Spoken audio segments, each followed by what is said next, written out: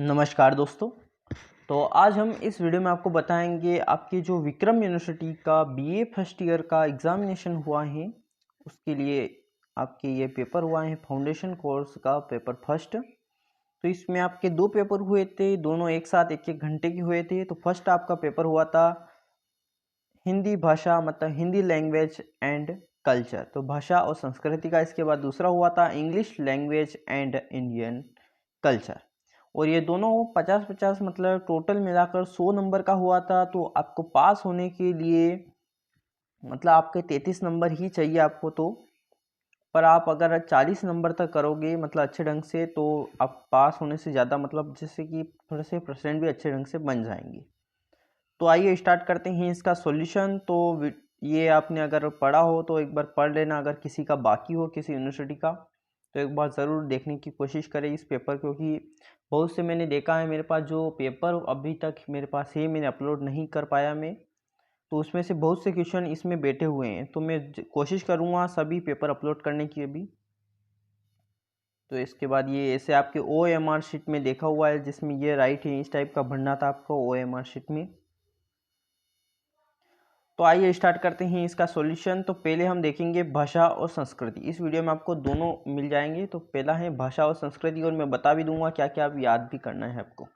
तो फर्स्ट है आपका मैथिली शरण गुप्त का जन्म कब हुआ था। तो 1886 मतलब 3 अगस्त 1886 को हुआ था, ये याद भी कर लेना आप। इसके बाद है देशभक्ति के लिए गुप्त जी को किस सन में जेल जाना पड़ा। तो 1941 को जाना पड़ा था जेल। इसके बाद ये मैथिली शरण गुप्त की रचना किस पत्रिका में प्रकाशित हुई थी। तो सरस्वती।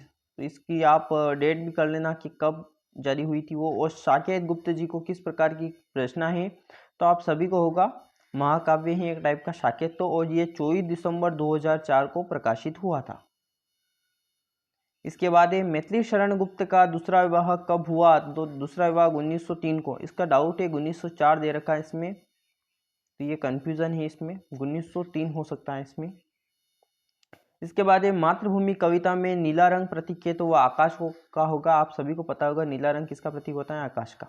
और मातृभूमि को किस नाम से जाना जाता है, तो वसुधा। और मैंने यूनिट 1 और 2 के डाले भी थे, तो उसमें से बहुत से क्वेश्चन आपके एग्जाम में आए हुए हैं, हिंदी के तो और इंग्लिश के भी आए हुए हैं।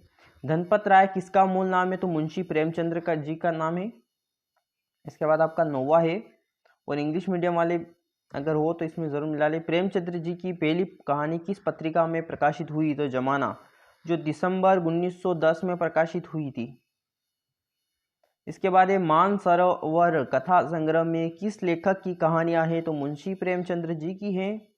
इसके बाद ये प्रेमचंद्र जी द्वारा रचित सोज ए वतन किस सन में प्रकाशित हुआ। कहानी संग्रह प्रथम है ये, तो ये 1907 में हुआ था आपका। इसके बाद ये शतरंज के खिलाड़ी कहानी के मुख्य पात्र कितने हैं, तो इसके 2 हैं और दोनों मुख्य पात्र थे। इसके बाद ये शरद जोशी का जन्म कब हुआ था, तो 1931 को हुआ था, 21 मई, और ये उज्जैन के मध्य प्रदेश शहर में हुआ था शरद जोशी की। इसके बाद 14 आपका है, शरद जोशी की पहली पुस्तक किस नाम से छपी थी, तो परिक्रमा 1958 में छपी थी ये। इसके बाद 15 आपका जोशी जी को पद्मश्री सम्मान कब प्रदान किया गया, तो 1990 को किया गया था। इसके बाद अन्न की अधिष्ठानी देवी का क्या नाम है, तो अन्नपूर्णा।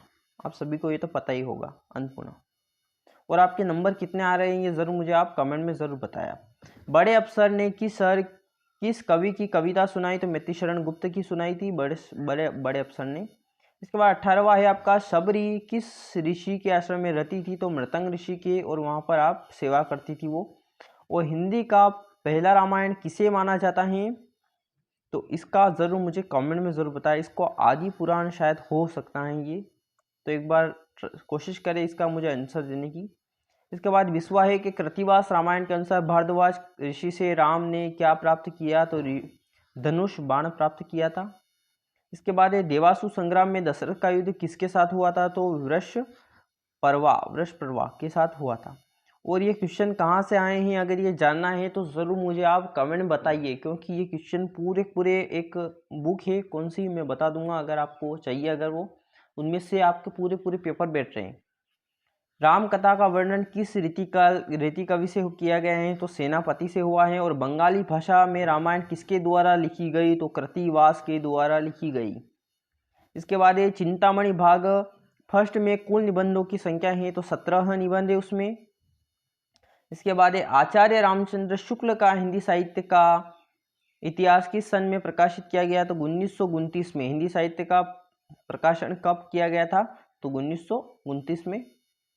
और आचार्य रामचंद्र शुक्ल का जन्म कहाँ हुआ था? उत्तर प्रदेश में हुआ था और ये 4 अक्टूबर 1884 में हुआ था। शुक्ल जी के अनुसार हिंदी के प्रथम महाकवि कौन थे? तो चंद्रबरदाई थे।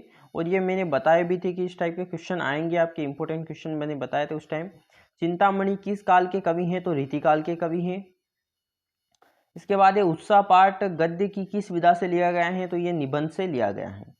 इसके बाद लेखक के अनुसार उत्साह कितने भेद होते हैं? तो 2 भेद होते हैं, आप सभी को पता होगा ये तो। इसके बाद ये साहसपूर्ण आनंद की उमंग का नाम क्या है? तो उत्साह होगा। ये तो सभी का करेक्ट ही होगा। इसके बाद दिनकर जी को ज्ञानपीठ पुरस्कार किस सन में मिला था? तो 1972 को मिला था। इसके बाद दिनकर जी की पहली रचना कौन सी थी? तो प्रण भक्ति, और ये प्रबंध काव्य है एक टाइप का। दिनकर जी की रचना में किस रस की है? तो आप सभी को पता होगा वीर रस, क्योंकि उत्साह वीर ये सभी उनकी कहानी मतलब कहानियाँ थी तो उनमें वीर रस ही एक टाइप का है। और भारत एक ये है, भारत पाठ किस प्रकार की विधाएं हैं? तो ये निबंध है। और ये मैंने बताया था कि इस टाइप के क्वेश्चन आपके पूछे जा सकते हैं। जो संस्मरण है क्या है? तो ये पूछा भी गया है, निबंध है। विविधता का सबसे बड़ा लक्षण क्या है? तो हमारी भाषा, हमारी संस्कृति। तो एक बार ट्राई कोशिश करें, इसका आंसर क्या है? शंकराचार्य ने सर्वप्रथम किस मठ की स्थापना की थी? तो ज्योतिषपीठ मठ। और आदि गुरु शंकराचार्य का जन्म कहाँ हुआ था? तो वह केरल में हुआ था। शंकराचार्य के पिता कौन से ब्राह्मण थे? तो नबूदरीपाद। पर्यायवाची का अर्थ क्या होता है? तो समान अर्थ वाला। पर्यायवाची आप सभी को पता होगा, समान अर्थ दे जो। इसके बाद अश्व का पर्यायवाची क्या है? तो अश्व का कुंजर। इसके बाद ये तलवार का पर्यायवाची है तो 80। इसके बाद सारंग शब्द है तो सारंग शब्द एक अनेक अर्थी है, क्योंकि सारंग के बहुत से अर्थ होते हैं। संधि में मेल होता है तो संधि में आप सभी को होता है शब्द का होता है। और मनोरथ में कौन सी संधि है? तो आप सभी को होगा मनः प्लस रथः, विसर्ग संधि है इसमें। इसके बाद ये मनुस्मृति क्या है? तो मनुस्मृति एक संहिता है जो पुराने मतलब पहले चलती थी, मनुस्मृति थी वो। और फिर प्रोटेस्टेंट किस धर्म की शाखा है? तो वह ईसाई धर्म की शाखा है एक टाइप की। इसके बाद व्युत्पत्ति के आधार पर शब्द कितने प्रकार के होते हैं? तो 3 प्रकार के, रूढ़, योगी और योग रूढ़, तीनों होते हैं। अवधारणा हमारे अध्ययन को बनाती हैं और इसे व्यर्थ भटकने नहीं देती हैं। ये एक परिभाषा है और ये पूछी गई है। और किसने दी है मुझे पता नहीं है, एक बार ट्राई करने की कोशिश की तो इसका होगा केंद्रित। और भारत में उदारवाद कब? 1991 को प्रारंभ हुआ था। इसके बाद आपका अगला पार्ट है इंग्लिश का। तो इंग्लिश लैंग्वेज का आपका आया था। तो फर्स्ट आपका 51 क्वेश्चन है कि what extent of R.N. Thakur मतलब Rabindranath Tagore is reflected in this poem where the mind is without fear. First poem ही है तो इसका आंसर होगा पेट्रियोटिक। तो मैं डायरेक्ट आंसर बता दूंगा। इसके बाद 52 का आंसर है बी वाला आंसर, तो अच्छे से लगा लेना टिक। और आपका कितने नंबर आए हैं ज़रूर मुझे आप कमेंट में बताएं। इसके बाद 53 का है, इसका डी वाला आंसर है आपका। इसके बाद आपका 54 का आंसर है, डी वाला आंसर है इसका। इसके बाद 55 का आंसर है, इसका आंसर है ए वाला आंसर है। इसके बाद 56 का आंसर है, इसमें ए वाला आंसर है इसका, नर्वस। 57 का है which language did Gandhi ji regard as the language of the international commerce and diplomacy. तो इसका होगा इंग्लिश। इसके बाद 58 का आंसर इसमें ए वाला फर्स्ट। इसके बाद 59 का आंसर है ए वाला। इसके बाद 60 का आंसर है आपका ए वाला आंसर है इसका। इसके बाद 61 का आंसर है इसमें सी वाला आंसर है इसमें। और इसमें 62 का आंसर है आपका बी वाला।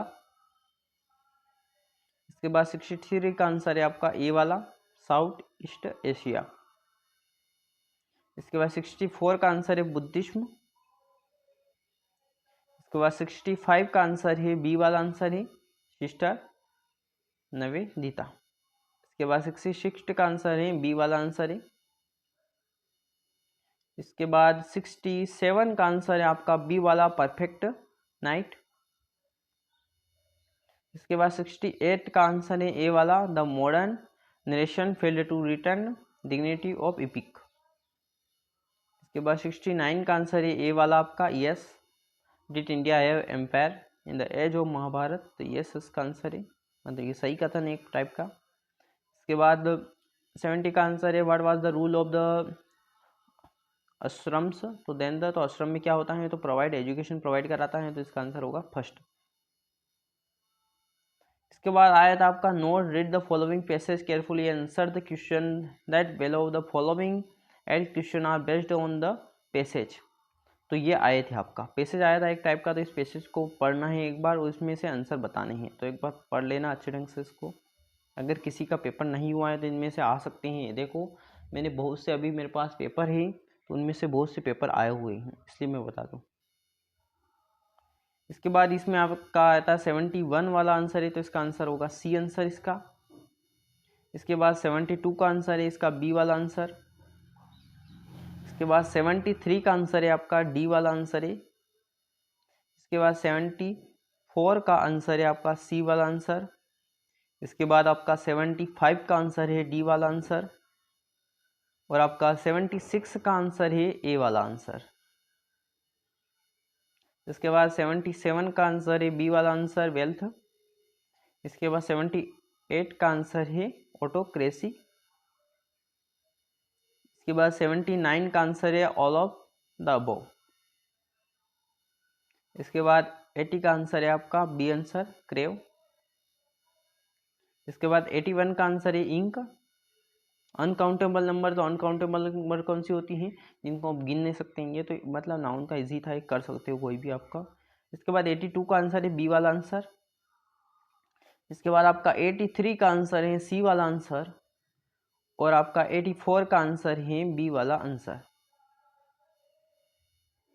इसके बाद 85 का आंसर है डी वाला आंसर। इसके बाद 86 का आंसर है आपका डी वाला आंसर और 87 का आंसर है ए वाला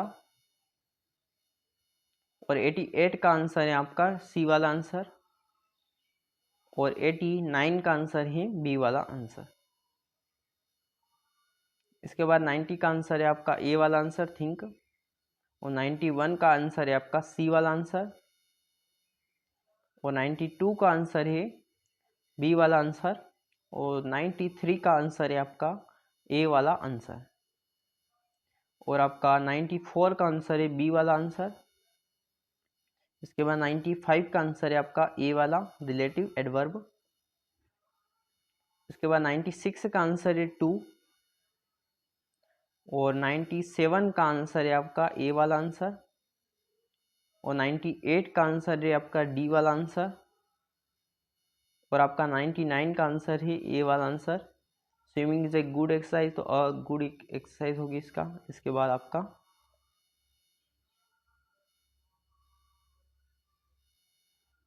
100 वाह है आपका, तो इसका होगा बी आंसर एन। तो ये आपका पार्ट 1 और 2 दोनों कंप्लीट हो गए हैं। तो अच्छे ढंग से इन क्वेश्चन को एक बार मिला लेना और आपके नंबर कितने हुए हैं और बिल्कुल करेक्ट आंसर है इनमें सभी में, तो अच्छे ढंग से आप मिला लेना और कितने नंबर हुए हैं ज़रूर मुझे आप कमेंट में बताएं। तो वीडियो अच्छा लगा तो आप लाइक कर देना और चैनल को ज़रूर आप सब्सक्राइब ज़रूर कर लेना और आपको अगला पेपर कौन सा है ज़रूर मुझे आप कमेंट में बताएं। Thank you.